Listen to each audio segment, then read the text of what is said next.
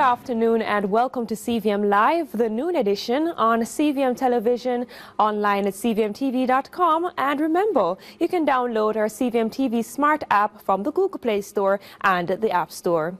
We begin with a developing story. In light of rumors circulating that the Deputy Mayor in the Manchester Municipal Council has resigned as investigations continue into allegations of a multi-million-dollar fraud and corruption conspiracy within the Manchester Parish Council, CVM Live sought clarification for our noon edition. Here's more from Curlin Brown. Mayor of Mandeville and Chairman of the Manchester Parish Council, Donovan Mitchell, was quite calm on Tuesday. As it is with you right now, what's the situation with your deputy? My deputy is currently on sick leave. He is ill, and he's ill. I don't want to go into his personal matters, but I have a sick leave on that came into us, that he has been ill. His doctors had advised him to take some rest. Because you know he's a former teacher and has been going. He had some sick leave. But according to rumors that he has resigned or stepped down, there is no truth to that. There's not such matter before us in the council at this time. And you know what the allegations are. Would you wish to comment on that?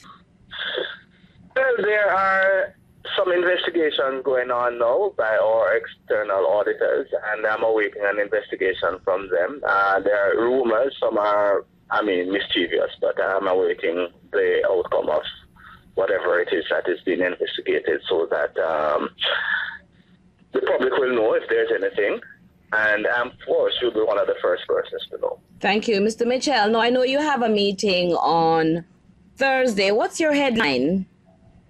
Well, Thursday's meeting is actually to deal with the matter of traffic congestion and looking at possibly some road changes in terms of one route, etc. Some matters of how vehicles just use the town centre. We're having a meeting with the NWA, the police, and other stakeholders to have some discussion and look at possible solutions. Investigations are ongoing into the gruesome killing of a man by unknown assailants at his home in Cassava Peace in Kingston early this morning. The victim has been identified as 23-year-old Lorenza Thomas, also known as Israel and Trollops. Reports are armed men allegedly kicked open the door to his house and opened fire. His attackers then used a machete to further inflict several chop wounds to the man before setting him on fire. The Jamaica Constabulary Force, JCF, is reporting that all categories of serious and violent crimes are trending down when compared to the same period in 2017 as at Sunday, June 3.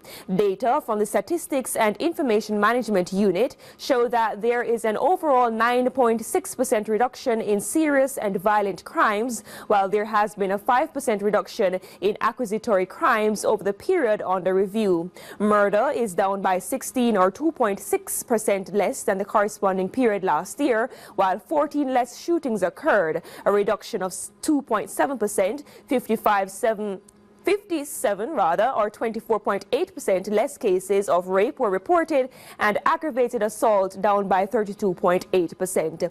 The two divisions under a state of public emergency continue to be positively impacted by the heightened presence of the security forces. St. James continues to record large reductions in murder, with 78 less or 66.1% reported over the period, while shootings went down by 45, a reduction of 49.5%.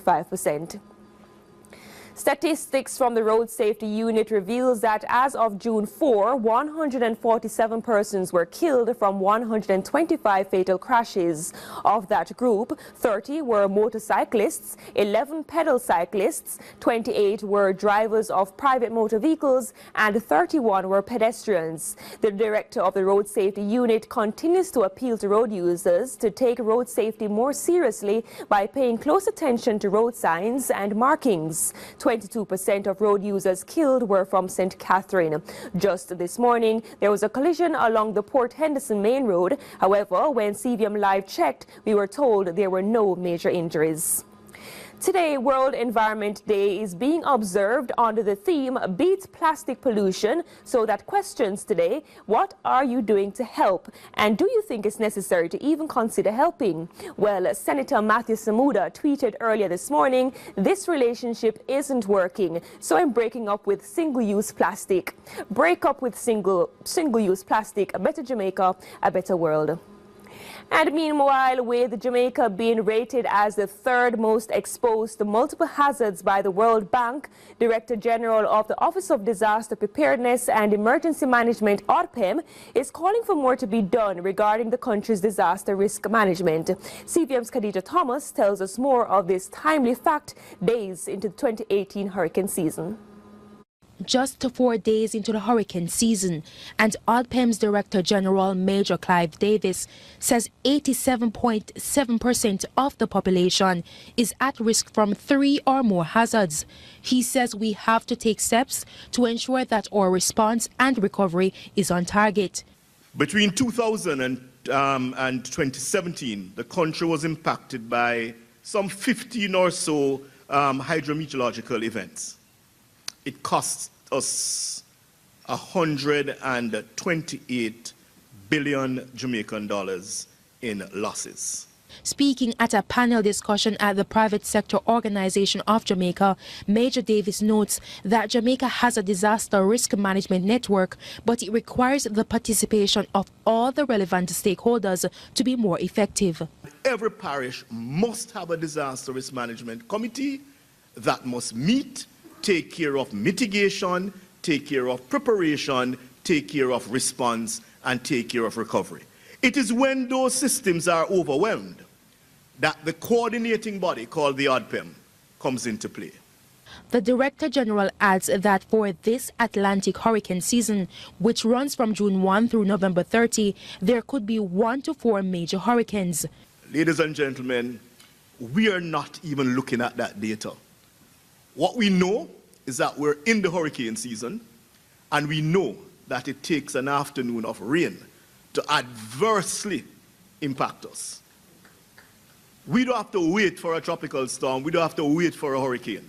It takes an afternoon of rain. And it means, therefore, that we have to keep that at the forefront and ensure that all our preparations are in line with that fact. Khadija Thomas, CVM Live. Thousands of students across the island are eagerly anticipating what will be the final GSAT results today. This will be the last GSAT because the primary exit profile, PEP, is expected to begin in the next academic year. The Minister of Education, Ruel Reid, is scheduled to host a press conference later this afternoon to update the nation with an overview of the results and other related matters concerning the Grade 6 Achievement Test. And the search continues in earnest this afternoon to identify and locate a man who is alleged to have scammed several persons while posing as a landlord. As Nicoy Wilson reports, the complainant says the police are trying to determine if there are other victims of what would be a criminal offense. It was a room for rent, but a case of a missing landlord. On Thursday, 2 persons turned up at a residence in Kingston and St. Andrew with the intention of occupying the space, only to find out that they were victims of a scam. One of the victims, who spoke to CVM Live under the condition of anonymity, says it all began when he responded to an online advertisement. I saw an ad on the Jamaica classified online website. There was a place renting at 2 Avenue, Burnett Avenue for $22 per month. I made contact with the person, and the person got the details and everything sent over, and the person made contact and everything with me. The prospective landlord eventually met with the affected individual and carried him on a viewing of the house, which he told him was owned by his brother. His brother is overseas, and his brother seems not to be coming back to Jamaica, so his brother gave him permission to rent the place and do whatever he wants to do with the money. So I agreed to take the place, and I paid the deposit, I paid the rent in full. Revealing that more persons were affected by this scam, he is making a concerted effort to get justice. I made contact with the 24 police station, I brought them out and everything, and they did some investigations. And when they went to the area, take the name of the person and everything, they realized that he was living there under a fake name of Errol Lewis, He also presented irrelevant ID and tearing information to the tenant when he was living there because he could have paid his rent and all of that. Well, news has it so far, apart from the guy and I that were caught on the scam, there were 3 more other persons as well. Nicole Wilson, CVM Live. Hundreds of residents are at this hour benefiting from an annual health fair which was organized by the opposition leader, Dr. Peter Phillips, in collaboration with the Nova Southeastern University in Florida. Khadija Thomas reports on the community outreach which has been taking place for decades. Hundreds of people benefit each time when we do it. So it's really our way of trying to, and their way more importantly, of trying to help people who are in need to be able to access first-rate and first-world healthcare opportunities. Opposition leader Dr. Peter Phillips reacting to the annual health fair, which is in its 16th year. The medical team began its second round this morning at the Calvary Gospel Hall and at the Shiloh Apostolic Church, after tending to patients at the Trinity Moravian Church and Foursquare Gospel Church on Monday. The residents on Monday eagerly accessed the free services. Everything is provided, reading glasses, medication for those who see the doctor, physiotherapies, for those who have ailments with their bones or have walking or hand problems, and once they have walking stick or wheelchair, crutch stick or anything like that, they give them. So they come well equipped to help the people. I have been coming to this health fair for about 4 to 5 years, and it has benefited me a lot. And I encourage everyone to come out and give the support.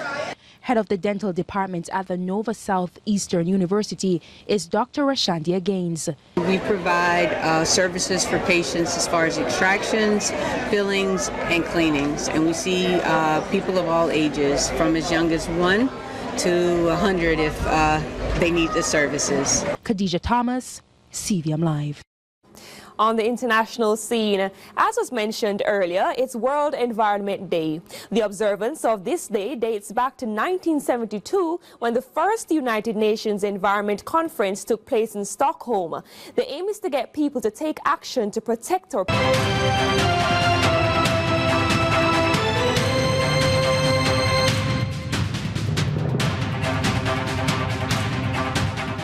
Thanks for staying with us. It's now time for sports.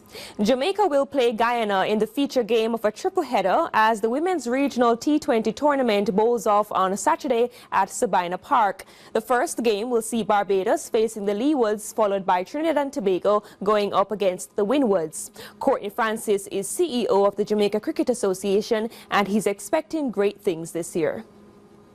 Yeah, that tournament next week is very significant. It is significant to women's cricket, it is significant to maybe the region, because cricket is now again being used as a tool to maybe equal out gender biases and stuff like that. So that's how significant it is. Cricket has played a significant role in our development and in our culture.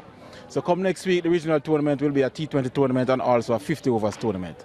It is the West Indies team is going to be using it as the preparation for the hosting of the International Women's T20 that is going to be hosted in the Caribbean come November.